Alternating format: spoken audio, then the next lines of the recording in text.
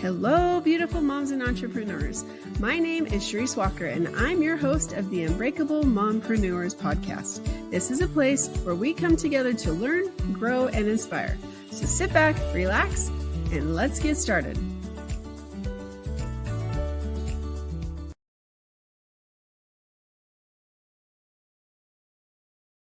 Hello, Unbreakable Mompreneurs. Welcome to another episode. I'm your host, Sharice Walker, and my question for you today is motherhood. How's it going? And being a wife, if you're a wife, and trying to juggle all of that while you're a business owner. And so today we're going to talk about not really business, but more relationships and motherhood and being a partner, if that is who you are.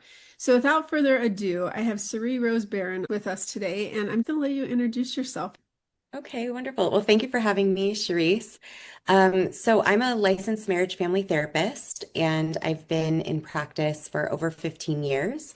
My practice is in California. I'm also the founder of a group practice, SoCal Individual Family and Trauma Therapy.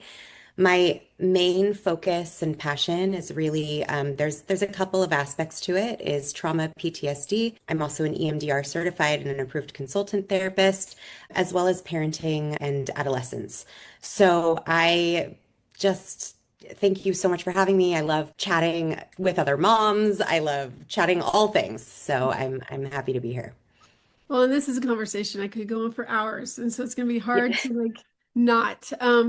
But when I wrote the book, Flipping the Iceberg, the whole purpose was because you never know the person. When I went through my divorce, and if you've listened to other episodes, it talks about really the person I was married to before, he could walk into a room, everybody loved him. He's like, Sharice, what's your problem when we ended up divorcing? And so then as years went by, it's like, oh, I see that person and he's a great person, but what goes on behind closed doors is very different. And so when I wrote the book, that underlying, instead of this discovering and celebrating what lies beneath the surface, it was actually from trauma to triumph.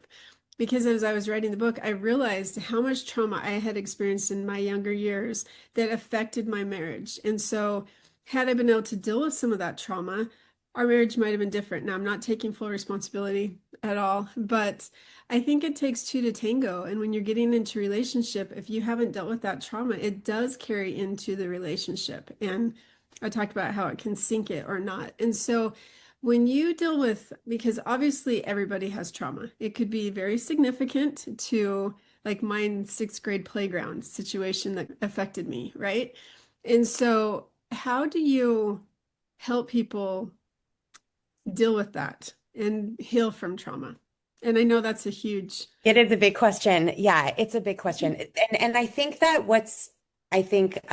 maybe a little bit relieving is there isn't really a right way. However, um, if you're going to therapy, that's mostly just talk therapy, then you're really accessing just what's cognitive, what you're aware of in what we call this prefrontal cortex in the brain. And trauma is really stored in the nervous system. It's actually stored so many different ways. It's stored through the brain cognitions, it's stored through somatic body experiences, through images, through emotions. So it is stored negative beliefs about self, like I am worthless or I am unsafe or I'm not enough, things like that. So you really want to go to likely a therapist or even as you're exploring in understanding where is it living in these nonverbal ways. And you're going to want to start to get curious about that. And at the very least, even if you're not, we all have triggers. We all have things that have impacted us over our lives. And some of them require more care because it's impossible for us to know exactly how to give ourselves what we need when we're in a trigger sometimes. And sometimes it's really just about an awareness. So let's say just initially you're in relationship, let's say with your husband or your children or friends, and you're noticing you're having like a visceral big reaction for whatever reason. That's likely something that's getting triggered. It doesn't necessarily have to be these kind of big T traumas. There can be these little Sure. T experiences over time that the brain starts to then organize how the world works. So I don't, so there's in terms of modalities, Yeah. right, of working through trauma, because it is a very big question, and I could probably talk for a very long time about it. But there's EMDR, eye movement desensitization reprocessing, and there's brain spotting, which I also do. There's internal family systems, working with different aspects and self states and parts of us. There's somatic therapies, somatic experiencing. Those are all, and usually when I work, it's an integration of many different modalities depending on how and where the trauma is stored for, for the clients. So, I love that you talk about that because a lot of times I think some of our listeners, and I will say even for me, that when you think of a therapist, you go the stereotypical lay on the couch. I've never experienced that one, but lay on the couch, talk with somebody, and then you talk yes. about your feelings. And years later, like you're still talking about your feelings. And so the fact that you say, okay, where is it manifesting? Like when I went through my right before I got divorced, I had been diagnosed with MS, like the spinal tap, the MRI, like positive on all that stuff. I go through the divorce. 6 months later, I go back in. They repeat the spinal tap, and it was gone. Right. And so it's like, how do you Wow. go from MS to not MS? And I equals stress.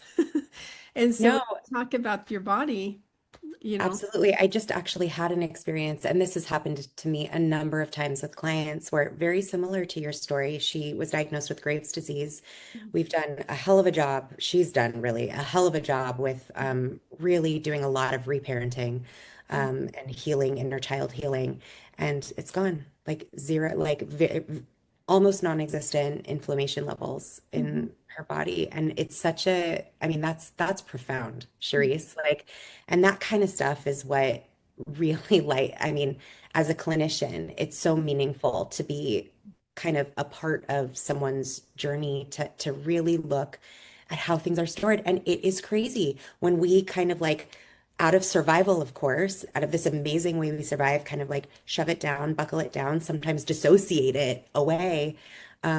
It still shows up. And oftentimes that's what what brings people to therapy and they're confused by it or there's chronic illness and listen, not all chronic illness can be magically dissipated, Mhm. but so much of somatic responses that we have, headaches, stomach aches, inflammation, obviously, MS. I mean, that what an incredible story. Good work.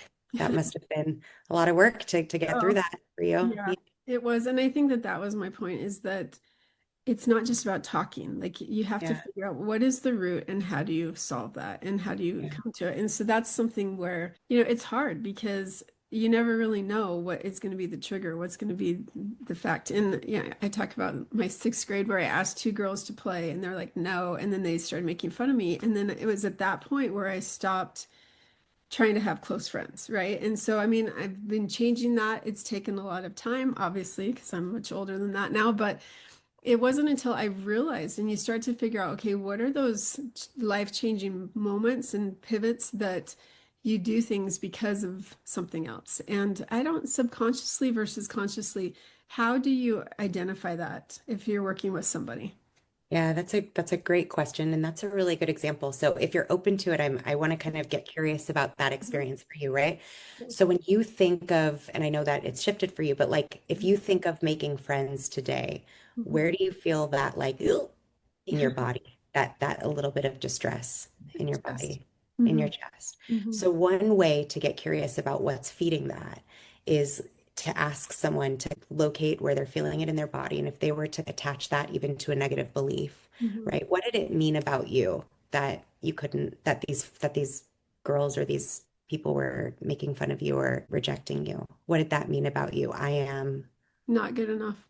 yeah, right. Mhm. So if you were to kind of notice where you're feeling that intensity in your chest and Mhm. hold that together with I'm not good enough and just trace that back in time, Mhm. what memories start to come up for you, right?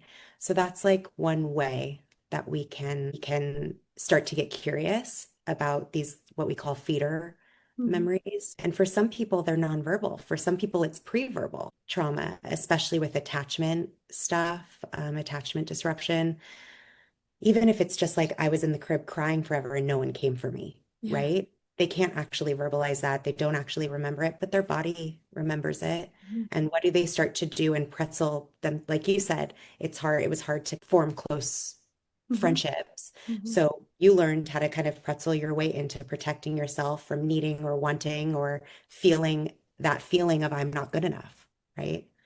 Um, Yeah, that's true. yeah, And yeah. I think for people, especially entrepreneurs, because if you're starting to build a business, do you feel like the insecurities the person has is manifested in their business as well? I mean, for sure. Like I'm a testament to that also, right? Mhm. I mean, yes, we bring, I mean, listen, when we're when we're going through life, we, especially in our early ages, we form this blueprint of we're unconsciously forming a blueprint. We're like sponges of how the world operates, right? Right. And then we walk through life with that programmed lens, Hmm. let's say. And so we bring that into like that's why a lot of people when they say, I just want to leave town, I just want to get out, like if I just leave this relationship, then everything will be better. And sometimes, listen, sometimes yes, that's Right. actually empowering, Yeah. but you still bring yourself Hmm. into the next relationship or the next. So unless you're, whether that's business wise, Hmm. friendship wise, honestly, anything we do, we're coming from our own lens in which how we have organized how the world works, how relationships work, our sense of self. And I want to play on that or add to it because we Yeah. moved recently, a couple years ago, and my son was going into, well, it was the middle of his junior year. And so normally kids in high school, like, are they're not going to want to leave in their junior year, especially their senior year. So when we approached him, and it was only a half hour, 45 minutes away, but he was so excited because he felt like he had been pigeonholed into this certain, like, this is who I am, this is how I'm treated, this is blah, blah, blah. And he looked at it as an opportunity to reinvent himself and become whoever he wanted to be. So when Yes. we moved and the next semester starts, he was so excited. He shows up at the school. He's this outgoing kid where he's an introvert, like, let me stay in my room. I don't know anyone. I don't have any friends, to like totally outgoing, met all these people. He was being invited to some parties and activities, and he was great for 3 weeks, right? And then he meets this girl, he gets this girlfriend, which he's never had, he never dated before, and so he was like this whole different kid and he was outgoing and stuff. And then the relationship doesn't last, and he then reverts back into his, I'm going to stay in my room, I don't have any friends, I'm not, and I'm like, whoa, what happened? Yeah. And it's interesting that people like they think I'm going to go on a vacation or I'm going to move or I'm going to do something because now I can reinvent myself. But how often do you see where people they revert back to their old patterns because they didn't have anything new in. Yeah, I mean I see it a lot. It's not impossible though. I mean it's this idea of like an outside in versus inside out approach. And generally you need both, Yeah. right? So what you're describing is almost like an outside in approach. Like I'm going to act as if Yeah. and then I'm going to internalize it. Only it didn't get internalized Um, necessarily, right? mhm. So what and oftentimes again it's like even if we're trying a more solution focused behavioral changes like he was doing, I'm gonna like go and I'm just gonna like act, I'm gonna put on my like cool cat coat and like get out there and have this girlfriend, right? But if it's not necessary, if there's something deeper, Yeah. if there's some kind of like stored negative belief about Mhm. self, um, I don't know what's true for your son, but things that Right. come up common like I'm a loser, I'm not enough, I'm worthless, I'm stupid, I'm whatever, right? If that still is kind of the undercurrent and you're not necessarily feeding and nurturing and exploring that, then we're not then the outside in approach is usually just a band-aid. And that's usually when people Mhm. find their way to therapies like mine, when they've done cognitive behavioral therapy or solution focused, and that's great for some people, but oftentimes leaves people feeling, why can't I just implement the homework? Why isn't it sticking? Why isn't it? And Mhm. it's usually because it's just there's more to it than that. And it's not their fault that it's not sticking. Yeah, no, I totally agree. I hired a coach once, and she wrote a book called Stop, Snap, and Switch, right? And so Okay. she's May Shore. And I hired her when I had just had surgery. I was not in my mental capacity because, pain medication was involved after having surgery. And so I bought this program, which was very expensive. And a month later, I'm like, what did I do? Right. And I told her I wanted to cancel. She's like, give me an opportunity, Sharice. And she coached me for 5 years with my real estate business. But Something that was profound to me was not anything dealing with real estate. She helped me a lot with that, but it was the stop, snap, and switch. So if you had this negative thought, you stopped, you snapped this bracelet, which I actually have the bracelet like in my drawer, and then you'd switch and you'd have to say something positive about yourself, different. And I Mm, don't know what happened, but that was life changing for me because I went from being this person who felt because of where we were living, they were bullies. I call them the mean girls. And when we moved, I started to have a self-confidence again. And I became this whole, I don't really care what you think of me because I can't change your opinion. All I can change is my opinion about myself and my belief, right? And yeah. so a whole new me came out, but it's not a lot of people have that. They don't have a, how do I change the past? And so you talk about how our past doesn't stay in the past and it ends up, we're going to transition into parenting. It shows up in parenting. So what do you mean by that? And how can we change that? Yeah, also a very big question, but we'll see. We'll see if we Ah, can keep it succinct. Listen, when we get triggered, what's happening actually is that there are younger self states or whatever mhm, it is triggering gets lit up in the brain. So let's say your kid is whining, or let's say your kid isn't listening to you when you say no, right? If you, let's say there's a couple of things. If you've either are identifying unconsciously with that where someone didn't that you never got your way, or they never heard you say no, or you weren't allowed to say no. Let's say that that's very mhm, agitating, right? So mhm. your child does it. They're developmentally appropriately doing what they're supposed to do as a child, Love that which you say it that way. I have to remind myself of that with my kids too when I am getting triggered. Right? But it's like, okay, so something is getting lit up that belongs to a deeper past spot in the brain. But what's happening is it follows that neural pathway. It's like like a little telephone wire, and it lights up that part in the brain that is acting and responds as if there's something happening now. And it's not, it happens so instantaneously. It's a reflex. It's almost like you go to the doctor and they hit your knee and your knee goes boink, if as long as your reflexes are working adequately. And that's exactly how it is with triggers. It's like, oh, just like don't get triggered. Well, it's like, ooh, easier said than done, right? So, okay, so let's say it's triggered. You have zero awareness usually in that moment that it doesn't actually belong to your child. You just know that you're feeling helpless, powerless, and needing them to listen or to stop, Mhm. right? But if we were to take a moment and pause and do a little like reset, and sometimes that's really helpful in those moments to say, oh, after you usually lose your cool, sometimes it's like, all right, here's an opportunity for repair, which is great. But we can pause and reflect and get curious. First of all, we want to ground ourselves and then get curious about like, who does that actually belong to? Mhm. What is that part of me needing that it never got then? But that's kind of the gist of like how PTSD works, post-traumatic stress disorder, is that there's there's not an awareness of whatever's getting triggered in the present. Mhm. It's lighting up something that's coming up from the past that was overwhelming for your system. Again, it doesn't even have to be a big T trauma, although often it is. Sometimes it is, I should say. So. Oh, we could go on so long. I know, I know. My gosh, I feel like we just started. Okay, so I want to talk about trauma for a second because I have a hmm friend. It's not me. And for real, Okay. listeners, it's not me. But I have a Uh-huh. No, I'm kidding. it's not me.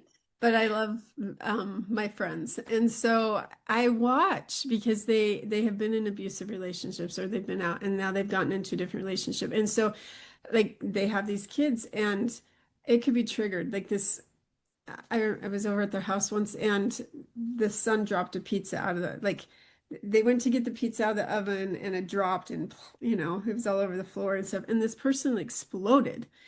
It was a pizza, you dropped the pizza, it was an accident, but and so you witnessed this huge explosion and the child's like it was an accident. It's not like it did it on purpose and we're all standing around and this person's just going off. Like I call it the Dr. Jekyll, Mr. Hyde type approach, like really inappropriate for the situation. And the person's like, it's not about the pizza.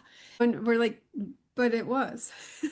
Because that response was not clearly it wasn't about the pizza, but it was not appropriate for what happened. And so how do you help or can you help people that are often triggering and responding to these triggers, help them understand that it's deeper and you probably need to do some work because Yeah.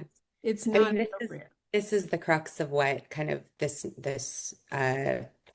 like aspect of what I do with parenting and actually reparenting while you're parenting your child, right? So, listen, the fact actually that it sounds like your friend had an awareness that it's like it's not about the freaking pizza is one of the first steps, right? Okay. Listen, this is where there's so many parenting podcasts, so many books, so many things, so many strategies, right? And oftentimes it's like if you can implement those strategies and it sticks, Mhm. fantastic, Yeah. great. Usually, there's the reason why parents are like, it didn't work, or it worked like two times, and then is usually because there's something that's getting actually triggered in the parent, not Right. necessarily the Mhm. child, right? Exactly. And so if you are finding that you're having overreactions to things, or Mhm. that you're just like agitated, it's hard to bounce back, you're not really sure if you're repairing. So much of it has to do with attachment style stuff, anxious attachment, avoidant attachment, Mhm. disorganized attachment, how we've internalized perpetrators or abusers in our life. We tend to internalize them as a way to keep ourselves in check, but then it comes out in these very intense ways to other people or our kids.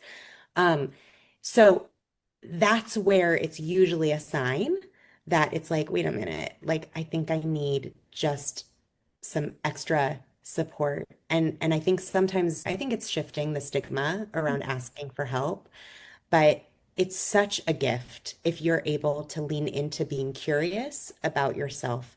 And sometimes what brings people to therapy is they bring their child and they're like, fix my kid, you know? And listen, in this day and age, there's so much anxiety and there's so Yeah. much with social media and there's so much with bullying that it helps to have to for them to have their own world.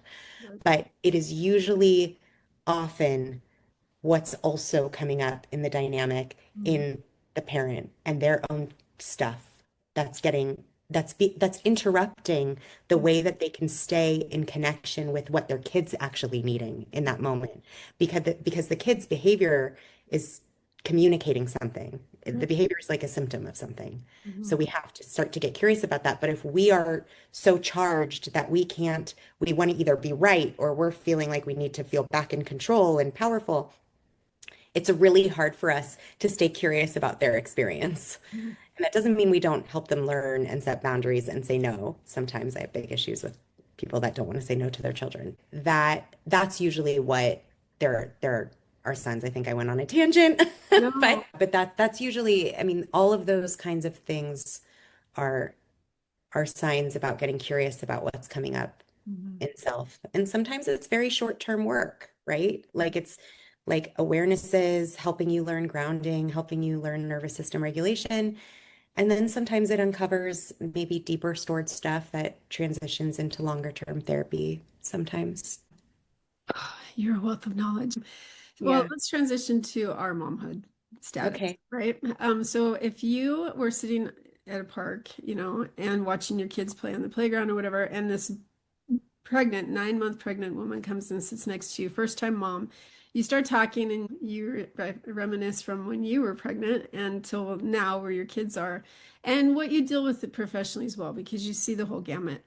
What is just one, if you want to give more than that, one piece of advice you would give that new mom? And I'm not talking just as a new mom, but just if you could give a piece of advice as a grandma, which you're not, what is the advice that you would give? Mm, that's a really good question. Um, I think it's this idea that I think as a new mom or even as a mom in general, we're like, oh no, we have like I messed up. I'm not perfect, or and I'm ruining my child, or oh no, I lost it on my kid, right? Secure attachment, secure connection doesn't come from being a perfect parent.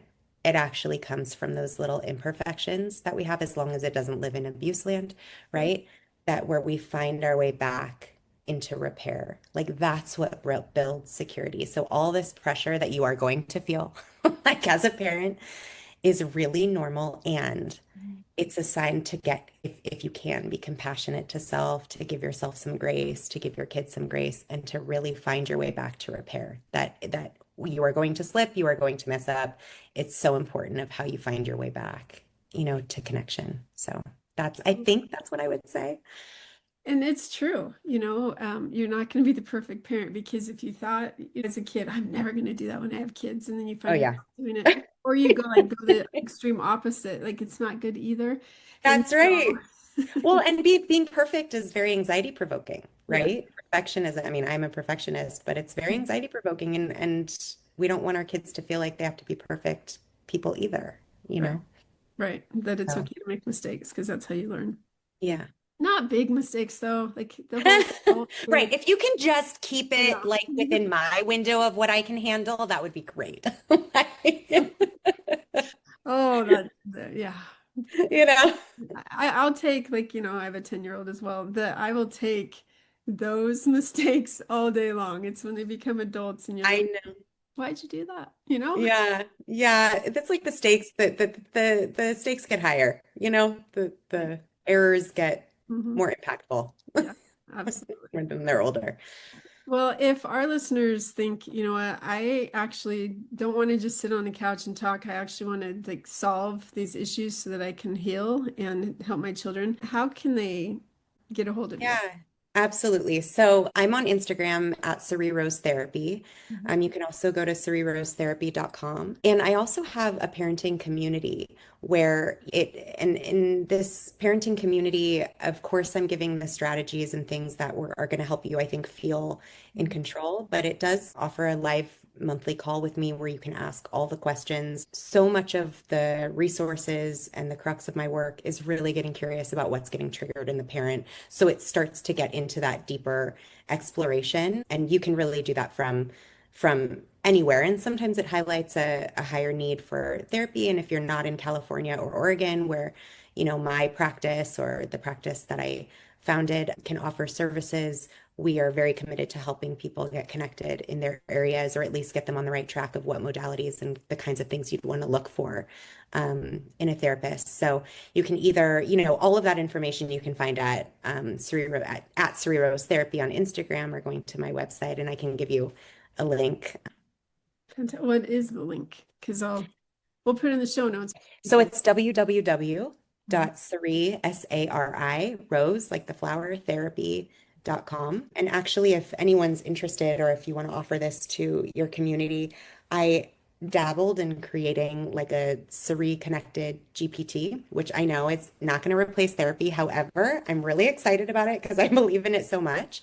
I downloaded so many resources and lectures that I've taught and into like the brain of this and Oh, attachment pairing wow. GPT.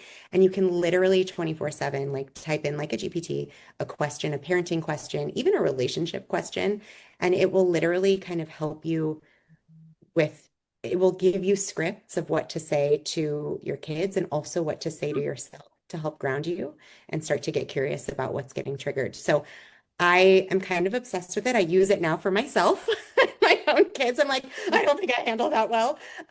What does my Sari therapist brain say? Mhm. Because I'm human and I get triggered. Mhm. So, but it's kind of bonkers. So that's also a part of my community, and you can either just have access to that or become a part of the full community where you get a live call with me also. So. Well, Suri, thank you so much for being on. Yeah, my pleasure. Thank you for having me. It was just felt like a very meaningful Mhm. conversation. Thanks for sharing your stuff too. Well, no, that's who I am. But my husband's Yeah. like, you overshare. And I'm like, if I can help somebody Yeah, do what I I'm the did, same. then That's right. great. It's a gift, right? We don't go through it for nothing. Mhm. So, Absolutely. Well, yep. Unbreakable Moms, I hope that you understand that you're human. You can make mistakes and it's okay, but it's how can you learn from those and how can you heal from those, which is important. So if you'd like more information, please go to Sari's Instagram and find out more information. And furthermore, have a fantastic day and go make it a phenomenal day. Beautiful moms, remember, you are unbreakable. Keep illuminating the world with your strength, pursuing your dreams, and reveling in the splendor of motherhood. This is Sharice Walker, bidding you farewell for now. Stay tuned for more empowering conversations on the next episode of the Unbreakable Mompreneurs podcast. Until then, keep shining bright. Signing off with love, Sharice Walker.